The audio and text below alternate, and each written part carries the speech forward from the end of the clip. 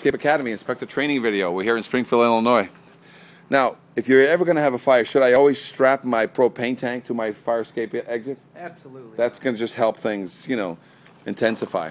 So, spirals, are they allowed as a means of egress? They are allowed, but only in certain circumstances. Yeah, case-by-case basis, with approval from the fire department and the building department.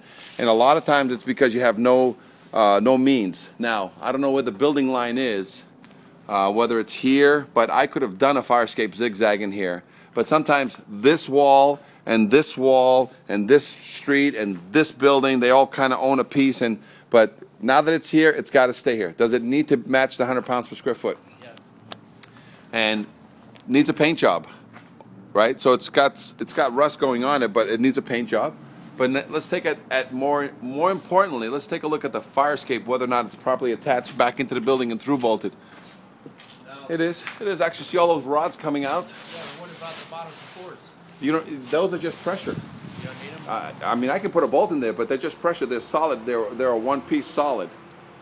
Well, there's enough of a bolt head on there for you to put that machine on and hold it. Oh yeah. But you got like 4, so she's good. So this is actually rated for 100 pounds per square foot, and it is a means of egress, and it's a spiral. Now let's take a look at this one. This is a hybrid. But yeah. Wouldn't you have to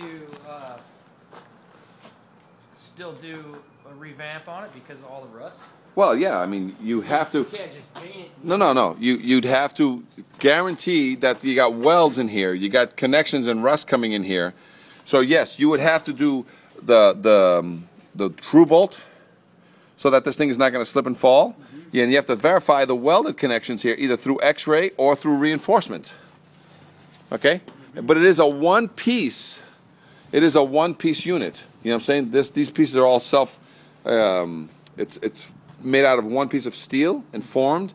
So this is actually a unit that the only thing I'm going to be concerned about as an inspector is the welds back here. Because everything else, even without these bars, it's self-supporting because it's an angle here and an angle here.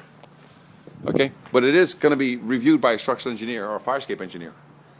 Okay? Yep. And again, this is the must-have with fire escapes. Not only should you have gas close by, but just in case this doesn't blow it up, you should have, the propane there. But this is a life safety issue. People say you can't chain your propane tank to a fire escape because that's only going to worsen the situation.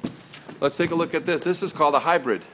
This is where somebody has metal frames, but then they added wood structure. Do you think that this wood structure is 60 pounds per square foot or 100 pounds per square foot? 60 or less. 60 or less. So an engineer would have to reverse engineer this and probably add another brace in the middle and then get this thing ready for 100 pounds per square foot. What about these bolts? Is there enough here for me to do some pull testing? Absolutely. Perfect. So it's got most likely it's got a plate. It's got wood to the ground. But everything, like if it's a wood structure, we're looking for rot. If it's a metal structure, we're looking for rust. There's been some sistering that's going on the inside one anyway. But is that for you to determine or for the fire official to determine? I mean, the structural engineer to. And look at all this rot here. So that's for them to go in and investigate. Yeah, they sisted it up. Yeah, and it's not a full stringer. It's just a chop here and a chop there. So these things happen. But who's going to determine whether this is good? The vendor who wants to fix this, or the structural engineer who has oversight in lieu of a load test? Right? Because you don't want your building department to be held responsible for this. You don't want to be held responsible for this. So you are relying on a structural engineer who is either going to oversee a load test or oversee a refurbishment and give you a confidence test in lieu of a load test. But I'm not going to let him do a load test.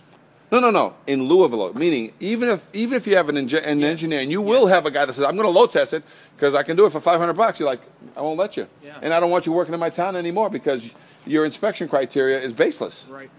So get out of here. I don't want you, charging these people to do something that you know is going to fail just so you can rebuild it. Come on. Yeah. So, Fire Escape Academy, Inspector Training, Springfield, Illinois.